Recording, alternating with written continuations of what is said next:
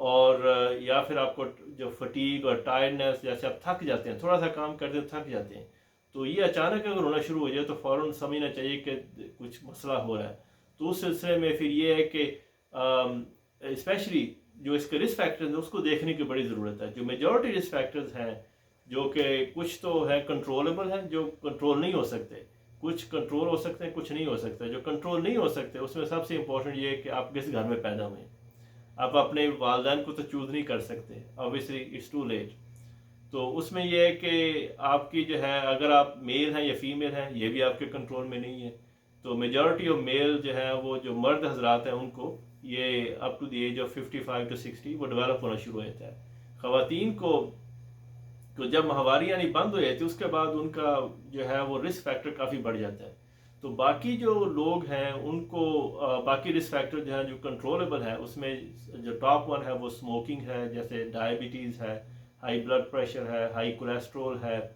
اسی طرح دوسرے کچھ چھوٹے چھوٹے رسک فیکٹرز بھی ہیں جس کی وجہ سے یہ سارا کچھ آرٹری کے اندر ڈپازٹ ہونا شروع ہو جاتا ہے. تو اس سلسلے میں جو امپورٹنٹ بات یہ ہے کہ آپ نے ہمیں یہ دیکھنا ہے کہ کرنا کیا ہے. اگر آپ کو ہارٹ اٹیک کی سمٹمز آ رہی تو کیا کرنا چاہیے. تو موسٹ امپورٹنٹ تھنگ ہے، اگر آپ کے ایک دم سے اچانک چھاتی میں درد ہو رہا ہے، پسینے چھوٹ رہے ہیں اور پریشر آ رہا ہے، تو پہلی بات ہے کہ آپ فوراً ایمبولینس کو کال کریں. دوسری یہ کہ گھر میں اگر آپ کے ایسپرین پڑی ہے تو ایسپرین بہت ضروری ہے.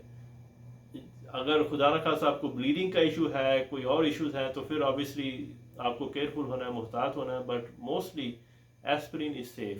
ایسپرین اگر آپ لے لیں تو اس سے یہ ہو جائے گا کہ ایک دم سے آپ کا جو ہے وہ بلڈ تھوڑا سا تھن ہوگا، اس میں امپرومنٹ ہو سکتی ہے، بلڈ فلو میں امپرومنٹ ہو سکتی ہے.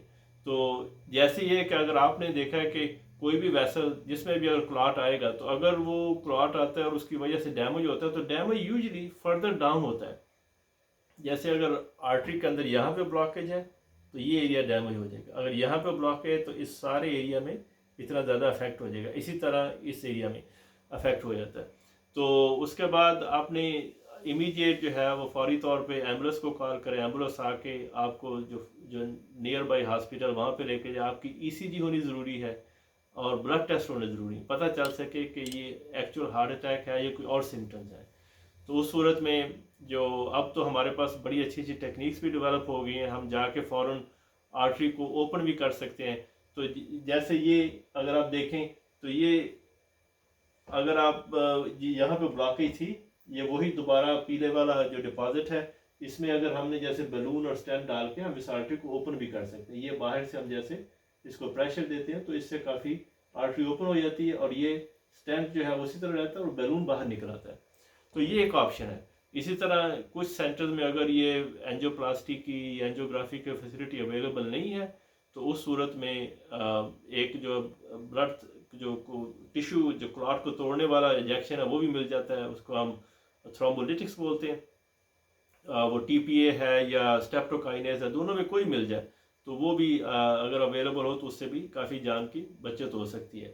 تو اس سلسلے میں بچاؤ کے لیے سب سے امپورٹنٹ یہ کہ اگر آپ خدا نخواستہ آپ کو ہارٹ اٹیک ہو گیا ہے یا اگر آپ کو ہارٹ اٹیک نہیں ہوا، دونوں صورتوں میں اس امپورٹنٹ کیا بہت اہم ہے کہ آپ اپنا جو ہے وہ بلڈ جو ہے وہ گلوکوز کو کنٹرول کریں، ریگولر ایکسرسائز کریں، اپنا ویٹ لوز کریں. جتنی فرائڈ چیزیں ان کو بہت احتیاط سے تھوڑا تھوڑا کر کے کھائیں. اور جو سویٹس ہیں، اوبیسلی سویٹس جو ہیں وہ صرف منہ کے ذائقے کے لیے ہیں کہ اس کو سٹمک بھرنا نہیں ہے اس سے. ورنہ اگر آپ سویٹ سے سٹمک بھرنا شروع کر دیں گے تو اوبیسلی وہ بہت زیادہ آپ کا کولیسٹرول بھی ہائی ہو جائے گا، آپ کی بلڈ شوگر بھی آل اوور دی پلیس ہو جائے گی، آپ کو بہت زیادہ مسائل شروع ہو جائیں گے. تو اگر آپ کو ہارٹ اٹیک ہو چکا ہے تو اس سلسلے میں آپ کو بلڈ تھننگ میڈیسن جیسے ایسپرین ہے، کلوپیڈوگرل جو ہم پلیوکس بولتے ہیں، اور پاکستان میں ڈفرینٹ ناموں سے بھی میڈیسنز آ رہی ہیں وہ بھی. اس کے علاوہ کولیسٹرول کی میڈیسن بھی شروع ہو جائے گی. تو اس سے پہلے کہ ساری میڈیسن شروع ہوں، اگر اللہ نے آپ کو ابھی صحت دی ہے تو اس کی قدر کریں اور کوشش یہ کریں کہ آپ اپنا ویٹ کا خیال کریں، اپنی ڈائٹ کا خیال کریں، روزانہ ایکسرسائز کریں اور ٹینشنوں سے پرہیز کریں. ہوپ فلی آپ کو یہ ویڈیو پسند آئے گی. Thank you so much, appreciate it.